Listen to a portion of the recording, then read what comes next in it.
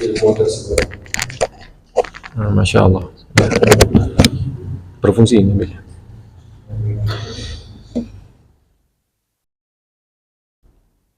Jadi memang ilmu ini agar tidak lupa, ya kita sebenarnya harus mencatatnya, ya.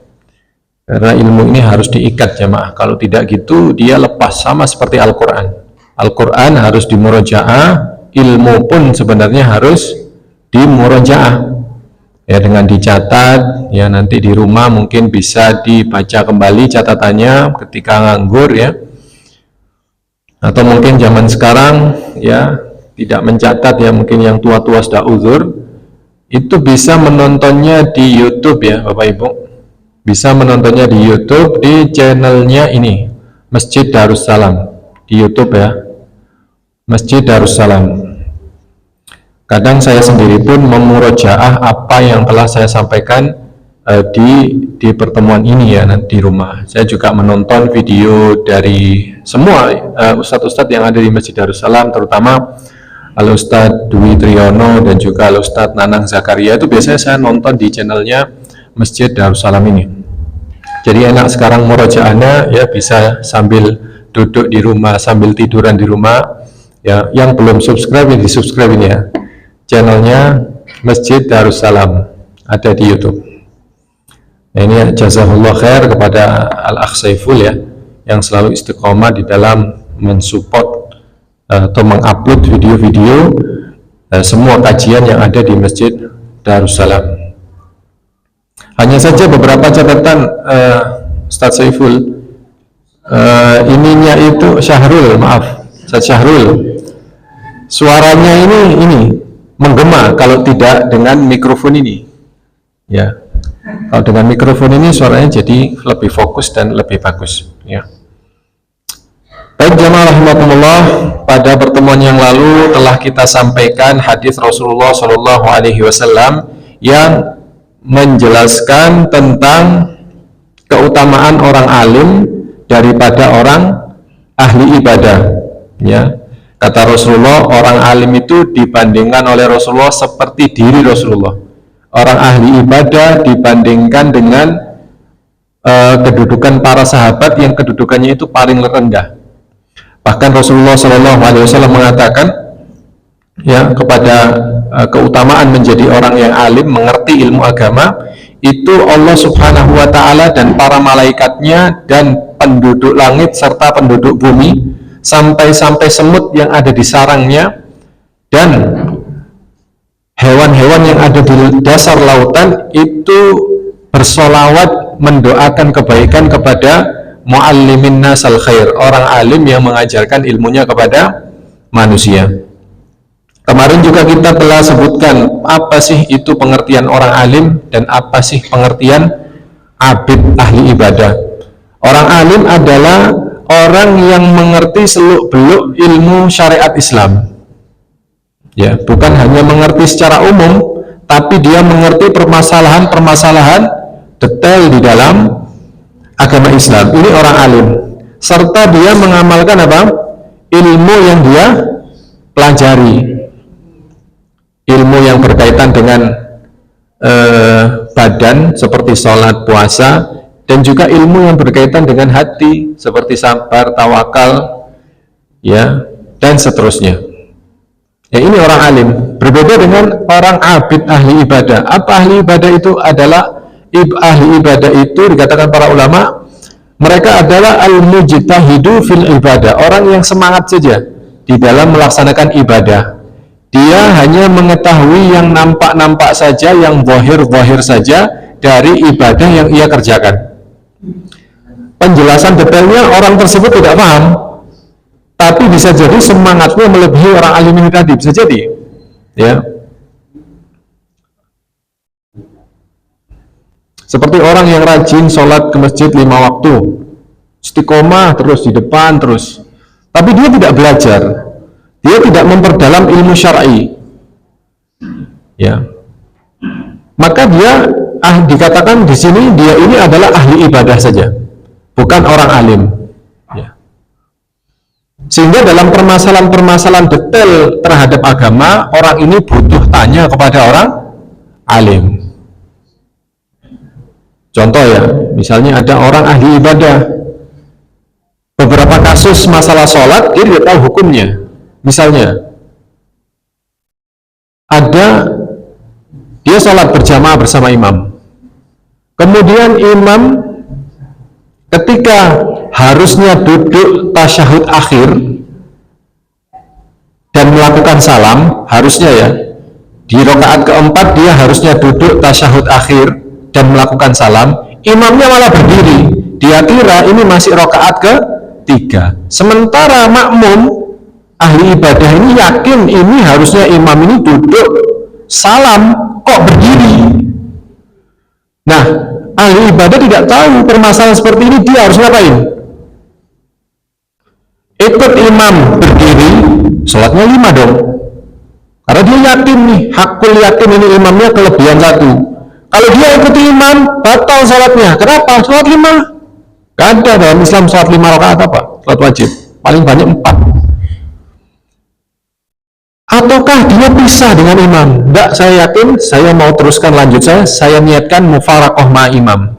Pisah dengan imam, saya tetap duduk dan saya salam sendiri.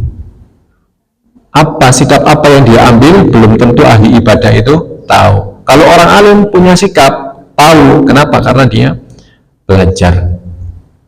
Ya, itu perbedaan. Ya, nanti banyak lagi masalah zakat, masalah haji, permasalahan-permasalahan detail yang tidak diketahui oleh ahli ibadah. Makanya ahli ibadah butuh tanya kepada orang alim. Kemudian kemarin juga kita jelaskan bahwa orang alim itu jika dibandingkan dengan ahli ibadah, itu kata Rasulullah, orang alim itu sinarnya itu seperti apa? Bulan purnama yang terang benderang, terangnya itu luas, ya. Berbeda dengan ahli ibadah yang terangnya itu bagaikan bintang. Bulan sama bintang terangan mana, Bapak Ibu? Bulan sama bintang terangan mana? Terangan bulan, ya. Sinarnya itu menyeluruh, bisa dirasakan oleh banyak orang. Berbeda dengan ahli ibadah yang sinarnya itu terbatas, hanya orang yang melihatnya saja yang mengambil manfaat darinya. Bukan apa namanya, ahli ibadah ini bukan tidak terpuji, Masya Allah, tapi manfaat yang dirasakan itu terbatas, Bapak Ibu, hanya dirasakan oleh dirinya dan orang yang melihatnya saja, keluarganya atau orang sekitarnya. Tapi orang alim itu cahayanya, ilmunya meluas, bisa dirasakan oleh seluruh umat manusia. Kemarin kita beri contoh seperti apa contohnya? Contohnya seperti apa?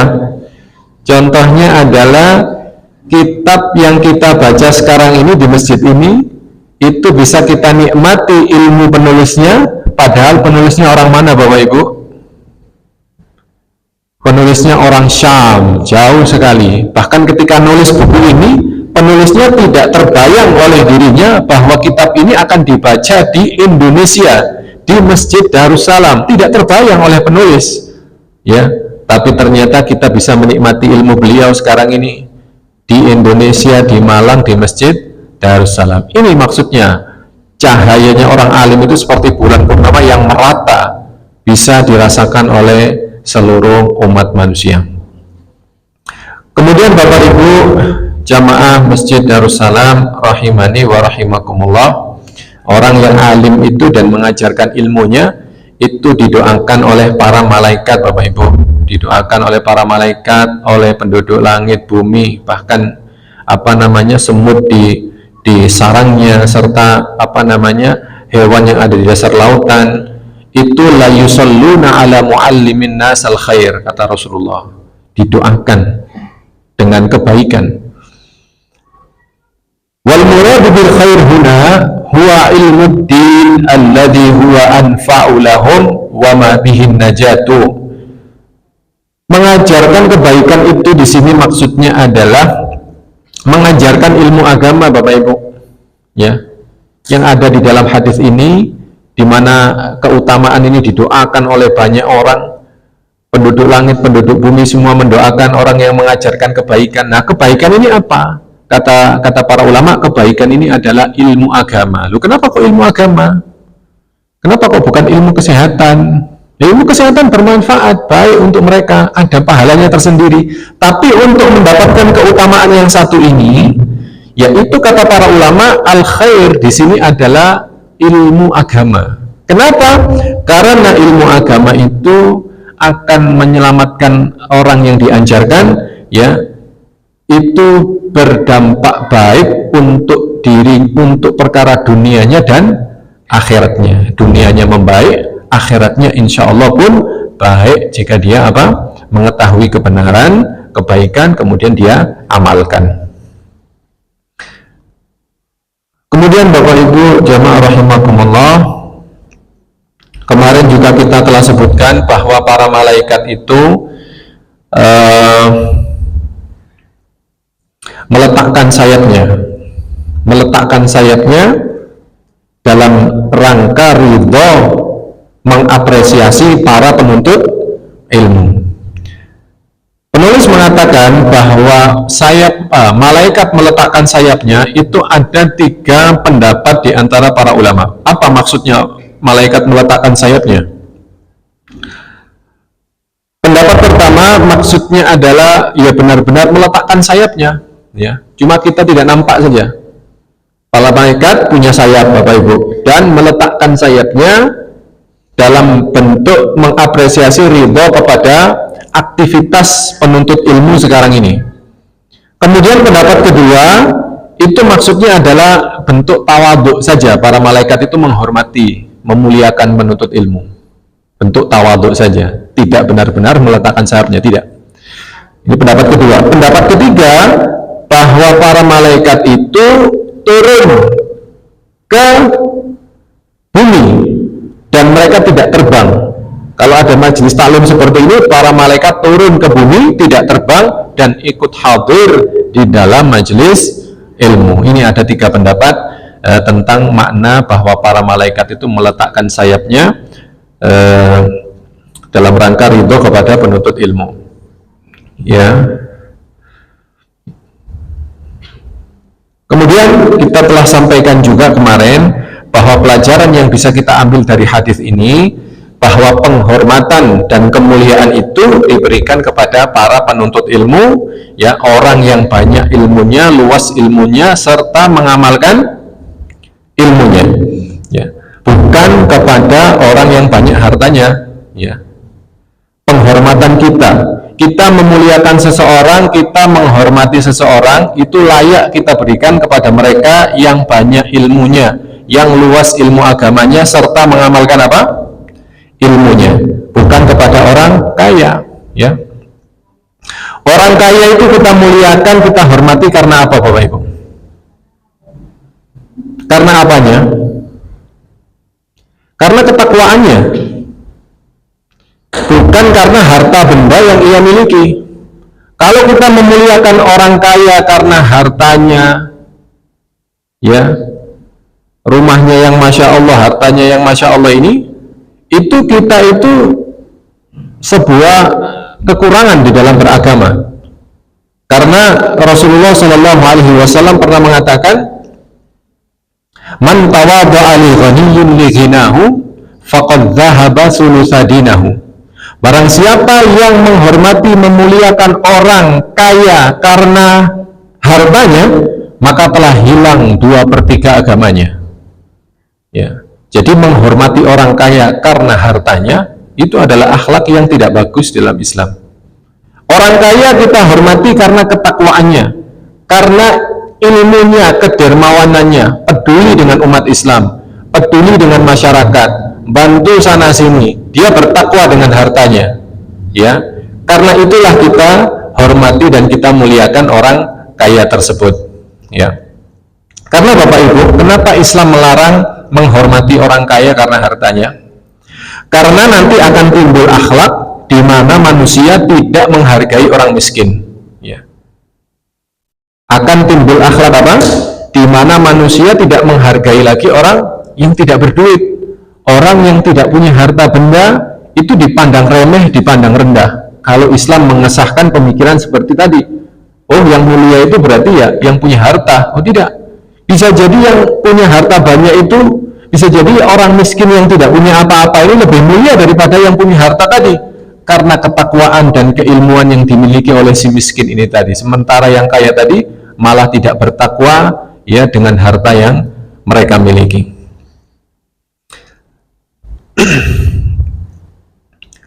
Kemudian Bapak Ibu jamaah rahimakumullah, kemarin juga telah kita bacakan hadis di mana Rasulullah Shallallahu Alaihi Wasallam mengatakan, man salaka tariqan yaltamisu fihi ilman sahhalallahu lahu tariqan ilal jannah.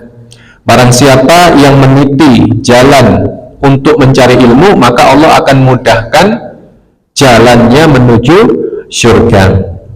Hadis sahih riwayat Imam Muslim. Kata para ulama, sahala alaihi ma yazidu bihi ilmuhu li'annahu aidan min turuqil jannati bal huwa aqrabuha. Allah akan mudahkan jalannya menuju surga karena dengan ilmu ini ya ia akan semakin dekat dengan pintu surga. Karena ilmu syar'i Bapak Ibu, ketika seseorang itu sudah mulai menuntut ilmu syar'i, Allah janjikan Allah akan mudahkan baginya jalan menuju surga. Kenapa demikian? Karena dengan ilmu syar'i ya seseorang itu akan mengetahui apa-apa yang diperintahkan oleh Allah, apa-apa yang diperintahkan Rasulullah, apa-apa yang dilarang oleh Allah, dan apa-apa yang dilarang oleh Rasulullah Shallallahu Alaihi Wasallam. Ya. Fayustadallu bihi ala tariqil ladzi yurdillahu azza wa jalla. Dengan pengetahuan yang ia miliki ini, ia berjalan ya di atas jalan tersebut dalam rangka untuk mendapatkan ridho Allah Subhanahu wa taala. Wa yusilu ilal jannah, dan itulah yang akan mengantarkannya sampai ke dalam surga. Wa yakunu talabul ilmi wa tahsiluhu bi ittikhadhi kullil wasaili al mustata'ati wa illam yakun hunaka safarun ka'an yulazimu majalisal ilmi wa yaqtaniyal kutuba an-nafi'ata al-mufidata li ajli dirasatiha wal mudzakarati fiha. Ya. Cara belajar ilmu syar'i di sini dikatakan ya, itu tidak harus melakukan safar yang jauh seperti dulu. Kalau zaman sekarang ini ya, bisa mulazamah kepada ustadz yang ada di kampungnya, ustadz yang ada di kotanya, ya. Kemudian dia fokus kepada satu kitab, dia pelajari kitab itu dari awal sampai khatam, ya. Kemudian dia memurojaahnya, ya. Inilah ya gambaran jalan menuntut ilmu syar'i. Ya, seperti seseorang yang istiqomah datang ke masjid ini ya untuk mencari ilmu, itulah dia sedang mengaplikasikan sabda Rasulullah Shallallahu Alaihi Wasallam, man salaka tariqan yaltamisu fihi ilman sahhalallahu lahu bihi tariqan ilal jannah. Barang siapa yang meniti jalan dalam rangka menuntut ilmu syar'i, istiqomah hadir dalam majelis ilmu, Allah akan mudahkan baginya jalan menuju surga. Amin Allahumma amin. Semoga itu kita semua Bapak Ibu. Amin Allahumma amin. Kemudian penulis mengatakan, warawa anhu sallallahu alaihi wasallam annahu qala man ja'ahu mautu wa huwa yatlubul ilma liyuhyi bihil islam kana bainahu wa bainal anbiya'i fil jannati darajatun wahidah. Diriwayatkan bahwa Rasulullah Shallallahu Alaihi Wasallam pernah mengatakan, barang siapa yang datang kematian kepadanya sementara dia di dalam jalan menuntut ilmu, istiqomah masih berada di jalan menuntut ilmu, yang mana ia niatkan belajar ilmu syar'i ini untuk menghidupkan Islam, ya, supaya Islam tidak mati. Setelah dia belajar ilmu syar'i, setelah dia datang ke pengajian, ia ajarkan ilmu yang ia dapat kepada anaknya, kepada istrinya, kepada orang yang ia kenal. Liyuhyi bihil Islam, untuk menghidupkan Islam. Jangan sampai orang tidak tahu hukum Islam. Ya. Apa yang akan ia dapat? Dengarkan Bapak Ibu. kana bainahu wa bainal anbiya'i fil jannati darajatun wahidah. Nanti dia di surga, dapat tiket masuk surga ini. Nanti dia di surga, kata Rasulullah, dapat tiket dulu ya, masuk surga. Kemudian setelah itu apa? Di surga nanti ternyata kedudukannya dengan para malaikat itu hanya selisih 1 derajat saja, Bapak Ibu. Hanya selisih berapa? 1 derajat. Surga itu ada berapa derajat, Bapak Ibu? 7 ya, sebagaimana dikatakan. Yang paling puncak adalah surga apa? Yang ditempati oleh Rasulullah dan para anbiya? Surga Firdaus. Ternyata ini orang yang istiqomah melakukan seperti ini ya, mengajarkan kebaikan untuk menghidupkan Islam. Pertama, dapat tiket surga dulu. Masya Allah. Kedua, surganya di mana? Di bawahnya surga Firdaus. Masya Allah Bapak Ibu ya. Niatkan ya, kita datang ke majelis ini untuk mencari ilmu dan untuk menghidupkan Islam. Liyuhyi bil Islam, kata Rasulullah. Jangan sampai orang ini nggak tahu agama Islam, diajarkan Islam ini minimal kepada anggota keluarga kita, Bapak Ibu.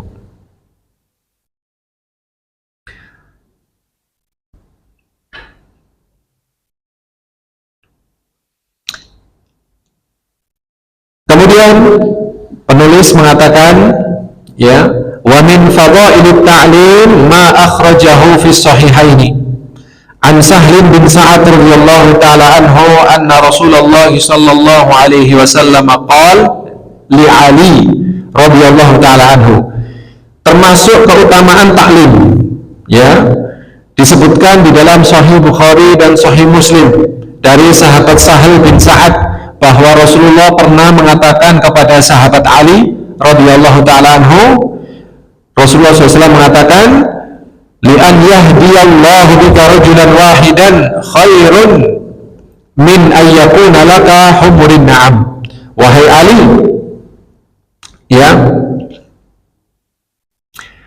engkau bisa memberi hidayah kepada satu orang itu lebih baik bagimu daripada unta merah ya. Ya. Apa unta merah itu? Penulis Ainul Ma'bud Syarah Sunan Abi Dawud, beliau mengatakan bahwa unta merah ini adalah semulia-mulianya harta menurut para sahabat ya. Di tempat lain beliau rahimahullah mengatakan unta merah adalah harta yang paling istimewa di kalangan orang Arab kala itu. Jadi kalau kita bisa memberi hidayah satu orang saja, kata Rasulullah, itu lebih baik daripada unta merah. Unta merah ini adalah harta yang luar biasa di zaman Rasulullah SAW. Banyak para ustadz-ustadz yang mengartikan kalau zaman sekarang ya bisa seperti kendaraan yang mewah, Bapak Ibu. Apa kendaraan mewah zaman sekarang? Ya, yang harganya mungkin bisa sampai miliaran ya kan? Itu kata Rasulullah lebih baik kamu bisa memberi hidayah satu orang saja, itu lebih baik daripada harta yang luar biasa ini ya. Ya memang belum terbayangkan ya apa itu. Sekarang apa yang lebih baik daripada harta, Bapak Ibu? Adakah yang lebih baik dari uang miliaran, puluhan miliaran atau triliunan? Ya namanya aja balasan di surga ya. Kita tidak bisa membayangkannya dengan akal kita, tidak pernah melihatnya dengan mata kita, dan juga tidak pernah mendengarnya oleh telinga kita ya. Ini memang rahasia Allah Subhanahu wa ta'ala, motivasi dari Rasulullah agar kita ini untuk semangat di dalam memberi hidayah kepada masyarakat ya.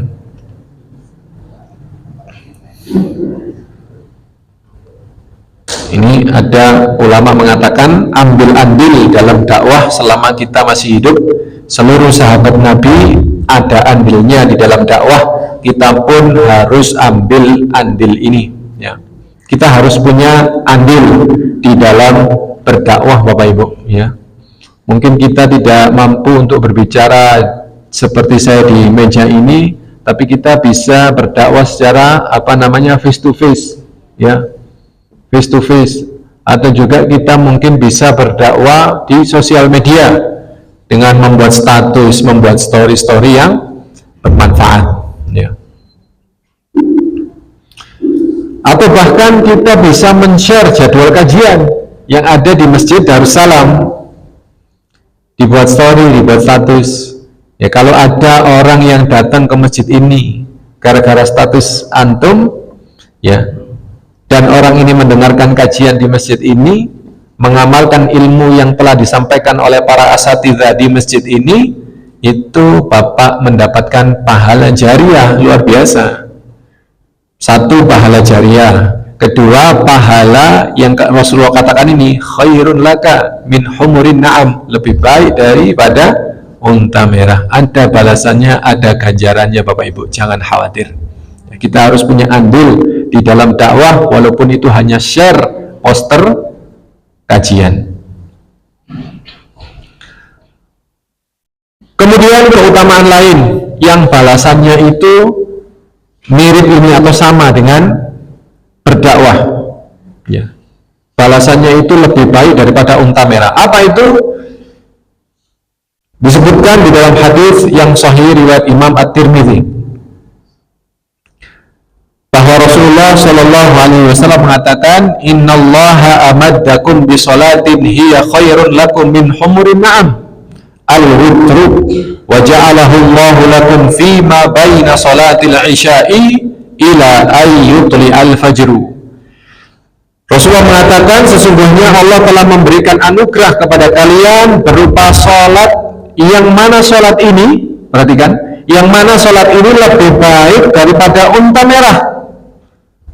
Al-witru, kata Rasulullah, al-witru, sholat witir, Allah jadikan waktunya kepada kalian, ya, antara sholat isya sampai terbit fajar subuh, ya. Sholat witir Bapak Ibu, ya. Sholat witir ini minimal 1 rakaat. Walaupun dia minimal 1 rakaat, ternyata kita sulit untuk apa? Mengistiqomahinya, ya kan? Walaupun sholat witir ini 1 rakaat, ternyata kita sulit untuk mengistiqomahinya, padahal fadilahnya luar biasa, lebih baik daripada unta merah, ya. Bahkan Imam Ahmad itu mengatakan dalam sebuah riwayat, man dawama ala tarkil witri fahuwa rajulun su' la yuqbal syahadatuhu. Siapa yang terus menerus meninggalkan sholat witir, maka orang ini adalah orang yang buruk dan tidak diterima persaksiannya, ya. Nah, Imam Ahmad ini mengatakan seperti ini, ya, hiperbolis, ya, sebagaimana dijelaskan oleh Imam Ibnu Qudamah, ya, beliau hiperbolis dalam menjelaskan ini. Maksudnya apa? Maksudnya jangan sampai antum ini meninggalkan sholat witir. Nah, sholat witir ini sangat ditekankan. Bahkan di antara para ulama mazhab Hanafi kalau tidak salah itu mewajibkan sholat witir Bapak Ibu. Mazhab Hanafi itu mewajibkan sholat witir. Artinya apa? Kalau seseorang tidak sholat witir, dia berdosa. Ya.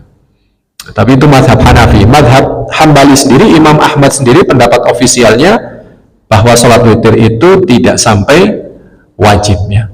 Tapi beliau punya pendapat yang keras di dalam masalah sholat witir, ya.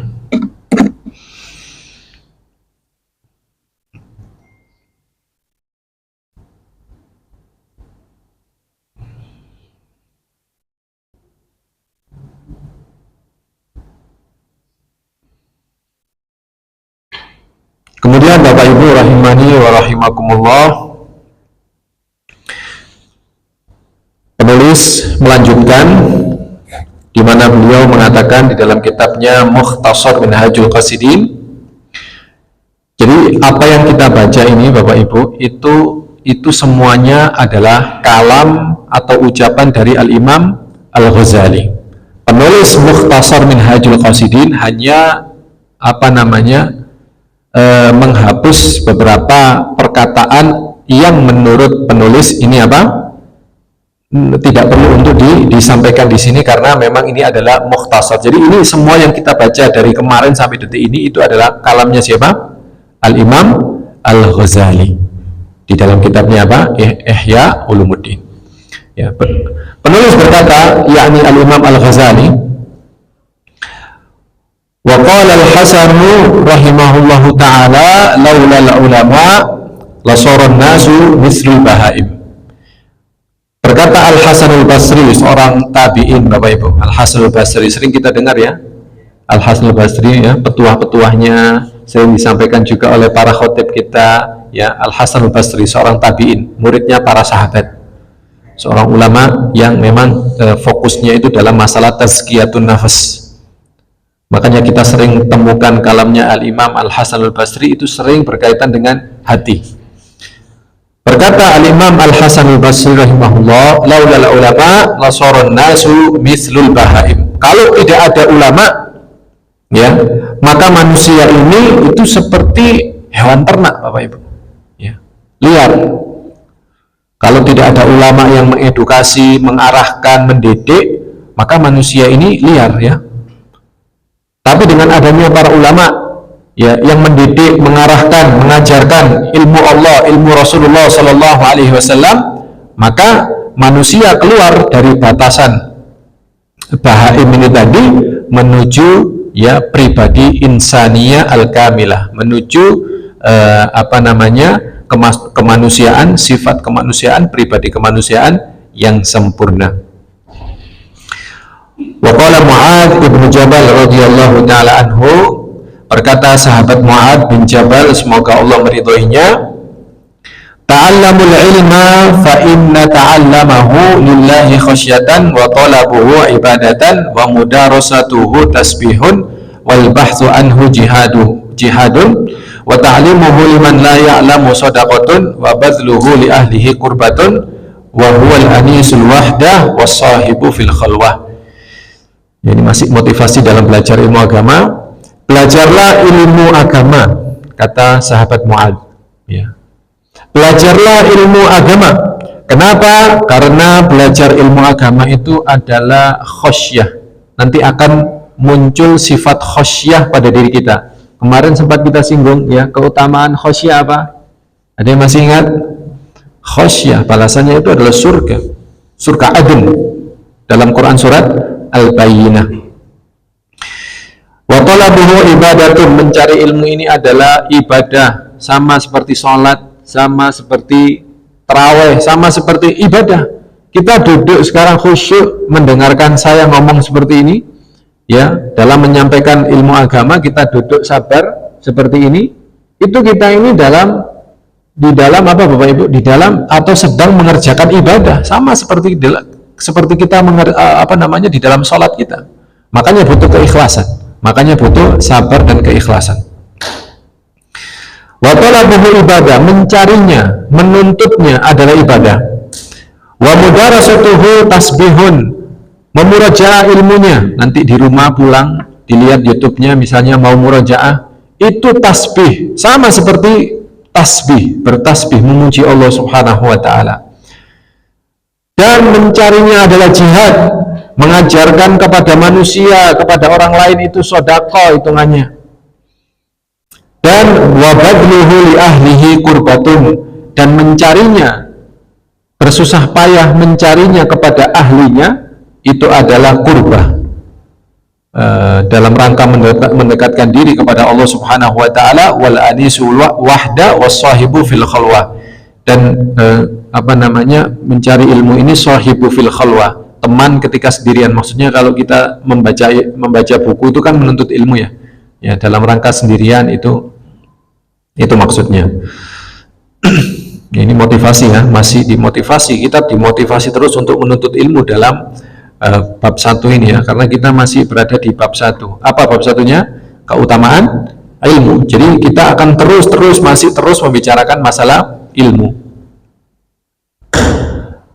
Wa qala Ka'ab rahimahullah, berkata sahabat Ka'ab rahimahullah ta'ala, auhallahu ta'ala ila Musa alaihi salam an ta'lama ya Musa al-khair wa 'allimhu linnas. Allah pernah mewahyukan kepada Nabi Musa alaihi salam, wahai Musa, belajarlah kebaikan dan ajarkanlah kebaikan itu kepada manusia. Fa inni munawwirun li muallimil khairi wa muta'allimuhu kuburahum la yastauhishu bimakanihim. Masya Allah. Wahai Musa, sesungguhnya aku akan memberikan cahaya kepada orang yang mengajarkan kebaikan dan orang yang sedang belajar kebaikan. Aku akan memberikan cahaya itu di dalam kuburan mereka. Subhanallah. Kalau kita ingin kuburan kita bercahaya, selamat dari azab kubur, salah satunya adalah mengajarkan kebaikan kepada manusia dan juga belajar kebaikan tersebut, ya. Masya Allah, ini adalah keutamaan yang luar biasa yang mungkin belum diketahui oleh banyak orang, ya. Selain menghafal Quran, membaca Al-Quran, sedekah yang menyelamatkan kita dari azab kubur, yang akan membuat terang benderang kuburan kita, ternyata adalah apa? Mengajarkan ilmu, mengajarkan kebaikan kepada orang lain. Bagaimana bisa kita mengajarkan kebaikan kepada orang lain kalau kitanya sendiri tidak belajar? Kita mulai dari diri kita dulu, kita belajar, ya, kemudian kita ajarkan kebaikan itu kepada orang lain. Baik Bapak Ibu, ya, sementara itu saja yang bisa saya sampaikan. Insya Allah kita lanjutkan pertemuan yang berikutnya. Kita tutup kajian ini dengan doa kafaratul majlis. Subhanakallahumma wa bihamdika asyhadu an la ilaha illa anta astaghfiruka wa atubu ilaik. Assalamualaikum warahmatullahi wabarakatuh.